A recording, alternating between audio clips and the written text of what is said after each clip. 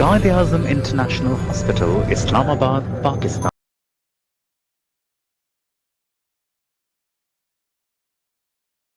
अस्सलाम वालेकुम, मैं हूं आपकी होस्ट असमा सलीम और आप देख रहे हैं QIH talks brought to you by Quaid-e-Azam international hospital.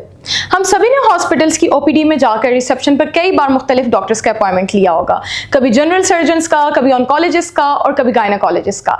लेकिन क्या कभी हमने रिसेप्शन पर जाकर ये कहा है कि हमें एक इंटरवेंशनल रेडियोलॉजिस्ट का अपॉइंटमेंट चाहिए? शायद बहुत ही कम। तो आइए जानते हैं इंटरवेंशनल रेडियोलॉजी के बारे में डॉक्टर कोकब से। वेलकम करते हैं डॉक्टर कोकब को।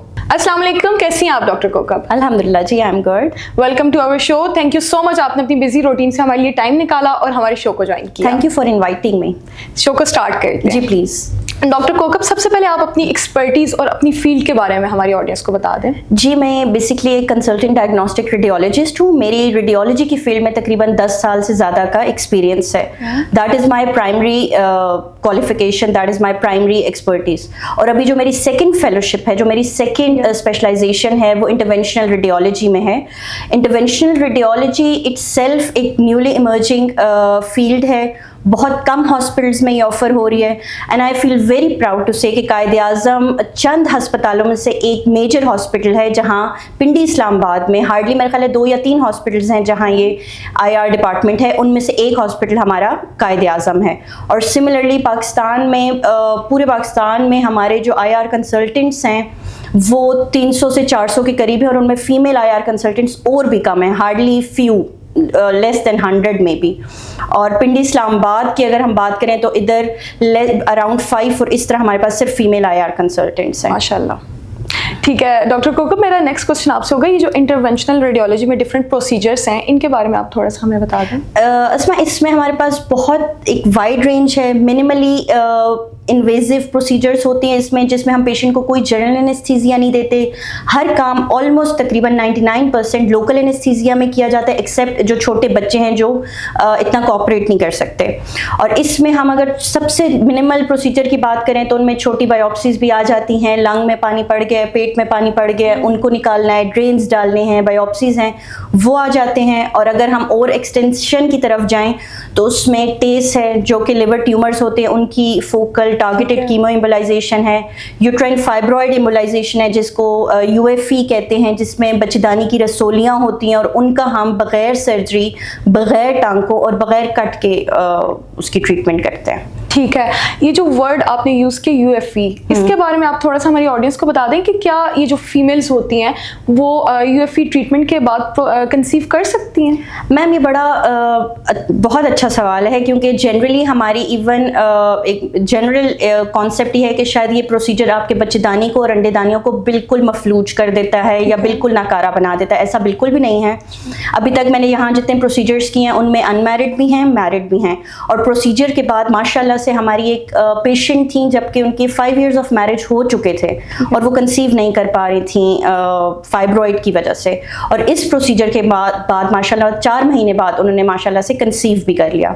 इसी तरह हमारी बहुत सी फीमेल अनमैरिड हैं जिन्होंने ये प्रोसीजर करवा लिया है और उसके बाद हमारे पास वो जो फॉलोअप्स पे आती हैं उनके माशाल्लाह जो रेगुलर साइकिल्स हैं मंथली, वो बिल्कुल ऑन टाइम है और रेगुलर हैं। दैट मीन्स ये हमारे पास एक इनडायरेक्ट इंडिकेशन होती है कि उनकी यूट्रस और ओवरीज बहुत अच्छे से काम कर रहे हैं। तो definitely it is a very good option for unmarried females और मैरिड के लिए भी। और क्योंकि अनमैरिड में सर्जरी बाज़ दफ़ा रिस्की हो जाती है, यूट्रस पे कट आ जाता है, स्कार्स हो जाते हैं, तो इसमें बिल्कुल कंसेप्शन हो सकती है। जी ठीक है। अच्छा, इस प्रोसीजर में टाइम कितना लगता है और इसकी रिकवरी के बाद का टाइम क्या होता है?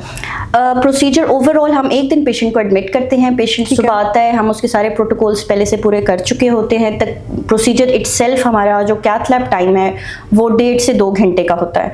उसके बाद पेशेंट हमारे पास स्टे करता है। उसकी बेसिकली चूँकि एम्बोलाइजेशन में हमारा मकसद होता है फाइब्रॉइड्स की ब्लड सप्लाई को काट देना, ठीक है, ताकि जिस जगह की ब्लड सप्लाई ख़त्म होती है वो आहिस्ता आहिस्ता श्रिंक होकर ख़त्म होने लग जाता है। तो जिस जगह की जब ब्लड सप्लाई रुकती है, जैसे आप हार्ट का समझ लें कि जब पेशेंट को हार्ट अटैक होता है वो एक्चुअल में ब्लड सप्लाई रुक रही है और वो कितना सिवियर पेन होता है। तो पेन इसमें होते हैं और हम पेशेंट को जो हमारे प्री प्रोसीजर काउंसलिंग सेशंस होते हैं उसमें मैं पूरा पेशेंट को काउंसिल करती हूँ, एक्सप्लेन करती हूँ ताकि पेशेंट का कंफर्ट लेवल हमारे साथ रहे और पेशेंट ये एक्सपीरियंस उसको पहले से पता हो कि हम वो पेन एक्सपीरियंस करेगी।